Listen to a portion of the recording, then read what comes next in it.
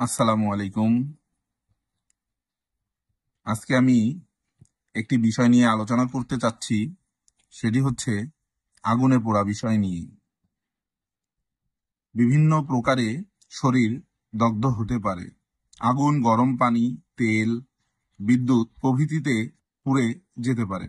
তবে সকল পোড়া ঘায়ে প্রায় একই প্রকার চিকিৎসা। পোড়া স্থান ক্ষতে পরিণত হলে ভীষণ আকার ধারণ করে। শরীরের অধিক স্থান পুড়ে গেলে সাংঘাতিক ভয়ের কারণ হয়ে দাঁড়ায়। শিশুরা পুড়ে গেলে অনেক সময় প্রাণের আশঙ্কা থাকে। তাই অধিক স্থান পোড়া ও শিশু রোগীদের হাসপাতালে পাঠায় দেয়াই উত্তম। এক্ষেত্রে হোমিওপ্যাথিতে কিছু চিকিৎসা রয়েছে।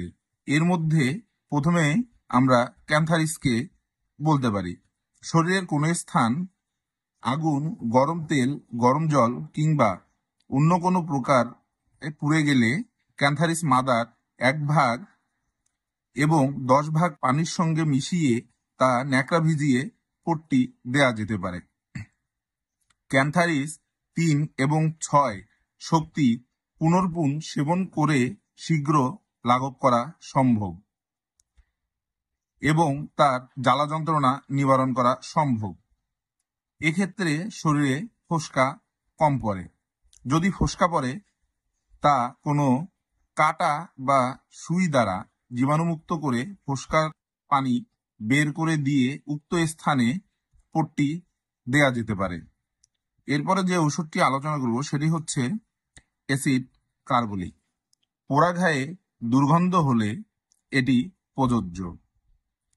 এটি 6 শক্তি 3 বার সেবন করা যেতে পারে। অথবা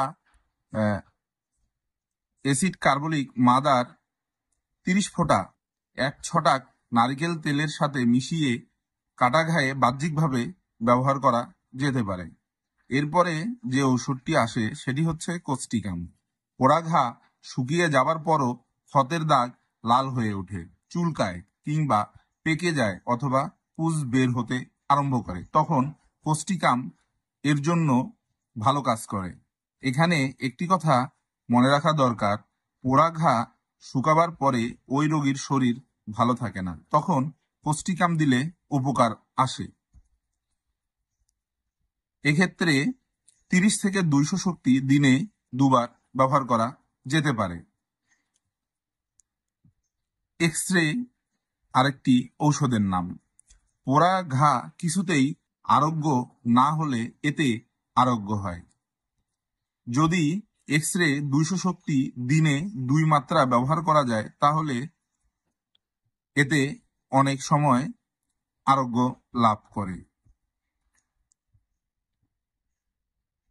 আর সব সময় কোনো ঔষধ সেবনের পূর্বে একজন ভালো চিকিৎসকের শরণাপন্ন হওয়া দরকার। তাই সবসময় চিকিৎসকের পরামর্শ নেবেন এবং সেই অনুযায়ী ঔষধ সেবন করবেন। ধন্যবাদ।